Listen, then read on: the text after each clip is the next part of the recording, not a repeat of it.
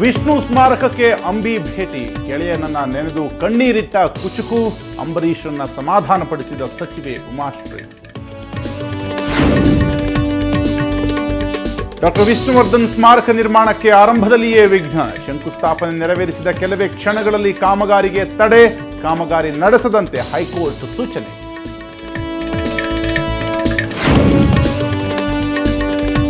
ಮಧ್ಯಪ್ರದೇಶ ಜೈಲಿನಿಂದ ತಪ್ಪಿಸಿಕೊಂಡಿದ್ದ ಉಗ್ರರ ದೃಶ್ಯ ಸಿಸಿಟಿವಿಯಲ್ಲಿ ಸೆರೆ, ಉತ್ತರ ಪ್ರದೇಶ ಬಿಜ್ನೋರ್ನಲ್ಲಿ ಪ್ರತ್ಯಕ್ಷ, ಜನನಿಬಿಡ ಪ್ರದೇಶದಲ್ಲಿ ಉಗ್ರರ ಅಲೆದಾಟ. ಸುವರ್ಣ ನ್ಯೂಸ್ ಕಳಕಳಿಗೆ ಸಿಎಂ ಸ್ಪಂದನೆ, ಕುವೆಂಪು ಜನ್ಮದಿನದಂದು ವೈಚಾರಿಕ ದಿನಾಚರಣೆ, ಶಿವಮೊಗ್ಗದಲ್ಲಿ ಸಿದ್ದರಾಮಯ್ಯ ಘೋಷಣೆ.